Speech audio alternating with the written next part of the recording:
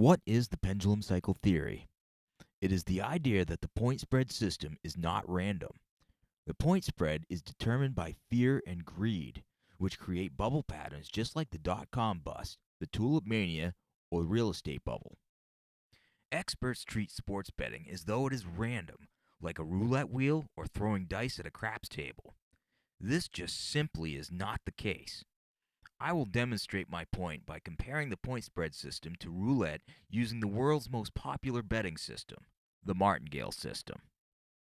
When using the martingale system, you double your bets until you win. When you win, it erases all of your losses and gives you a small gain. You then start this process over. Let's look at using this system to play roulette. We will concentrate just on black and red, no other bets. The main idea is that a streak of red or black will not last long. You just use the martingale system and eventually capture the win by outlasting the streak. There is a flaw in this logic. Each spin of the roulette wheel is independent of the other. The wheel does not care if black has come up 5 times in a row or 50. The odds of black coming up again are exactly the same as they were on the very first spin. This is what is called the gambler's fallacy. Winning or losing streaks have no effect on the odds whatsoever in the game of roulette. This is not true in sports betting. If there were no point spread system, then everyone would always bet the favorite and take the bookies to the cleaners. The statistical edge is clearly in the favor of the favorite team. I do not know the exact statistic, but if I had to guess, I would say that the favorite team wins somewhere around 70% of the time. It could be more, it could be less, but I guarantee that it's a lot more than 50% of the time. The only way the bookies can get people to take the underdog is to impose a handicap on the favorite team. This is called the point spread. Will the Patriots beat the Bills on Sunday? Probably. Will the New England Patriots be able to beat the Buffalo Bills by more than 10 points? Now you have to think twice about which team you take. The entire purpose of the point spread system is to even the money out between the favored team and the underdog. If money is even on both sides, then the bookies make a profit no matter who wins. As I stated earlier, the experts seem to think that the results against the spread, ATS for short, are random. I posit that they're nothing of the sort. Nobody would argue that a favorite team has better odds of covering a spread of -10 than a spread of -16. Every extra point tacked on the spread increases the odds that the underdog will cover and win the bet. If that is logical, then would it not also be logical to say when people get burned by betting on the favorite team, they will back off from that team on the next game? It's only human nature. What happens to the point spread in this scenario? It gets smaller. Since the spread gets smaller, the odds just got better that the favorite team will win. The point spread is an abstract pricing system controlled essentially by a free market. The point spread is not controlled by random chance. It is controlled by fear and greed. Understanding the difference between the two is like night and day. Random chance could not care less what the results of your last bet were.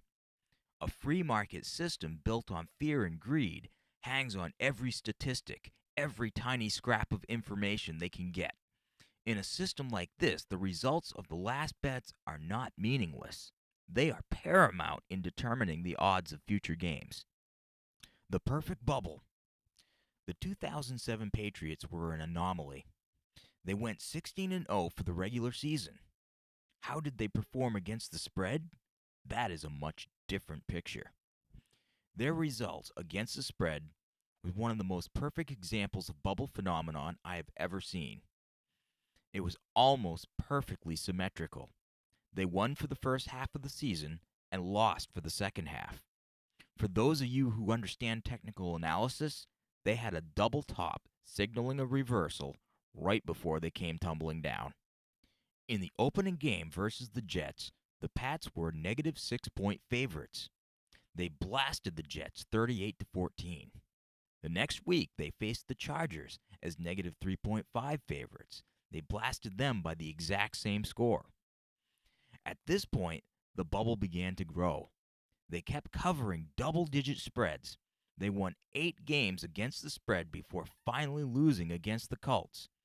They were favored by 5 points, but they only managed to win by 4. I do not consider this the point at which the bubble officially popped, but it was the beginning of the end for the Patriots bandwagon.